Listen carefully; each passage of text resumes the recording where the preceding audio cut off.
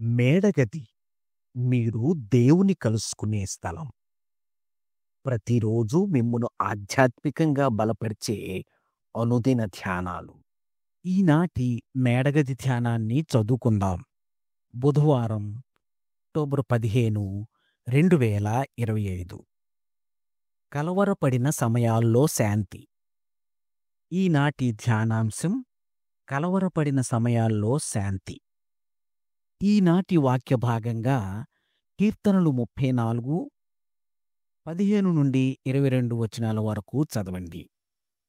ఈనాటి ముఖ్య వచనం: నీతిమంతునికి కలుగు ఆపదలు అనేకములు, వాటి అన్నిటిలో నుండి యెహోవా వానిని విడిపించును. కీర్తనలు 34, 19వ వచనం. నాకు ఒక ప్రమాదకరమైన వైరస్ సోకినప్పుడు భయం నన్ను ఆవరించింది. ప్రతిరోజూ ఒక పోరాటంగా ఉంటూ చనిపోతానేమోనన్న ఆలోచన నన్ను భయపెట్టేది. నాకు వైద్య సహాయం పనిచేయట్లేదు కనుక నేను ప్రార్థనను ఆశ్రయించాను. నేను నా బైబిలును చదువుతున్నప్పుడు కీర్తనలు 34, 19 నా దృష్టిని ఆకర్షించింది.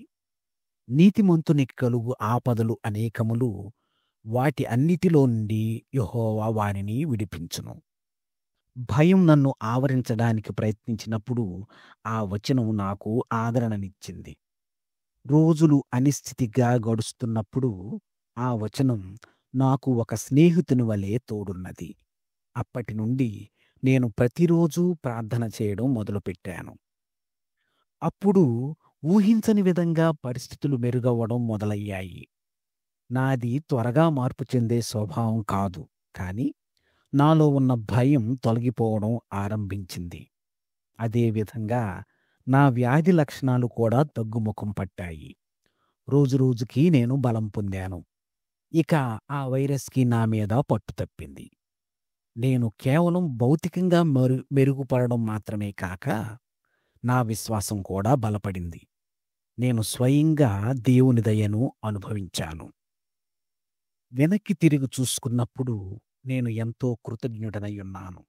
అప్పట్లో నేను పీల్చుకునే ప్రతి శ్వాస నాకు భయాన్ని గుర్తు చేసేది. కానీ ఇప్పుడు నా ప్రతి శ్వాస నాకు బలానికి, నిరీక్షణకు గుర్తుగా ఉన్నది. కీర్తనలు 34, 19వ వచనం ఇప్పుడు నా హృదయంలో ఒక సత్యముగా స్థిరపడిపోయింది.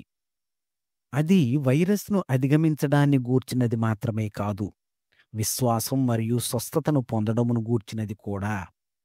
కష్ట సమయాల్లో విశ్వాసం మరియు ప్రార్థన మనల్ని నడిపించే దారిదీపాలు.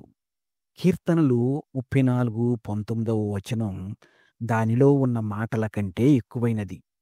అది నన్ను చీకటిలో నుండి నూతన జీవంలోనికి లాక్కొచ్చిన ఒక బలమైన త్రాడు లాంటిది.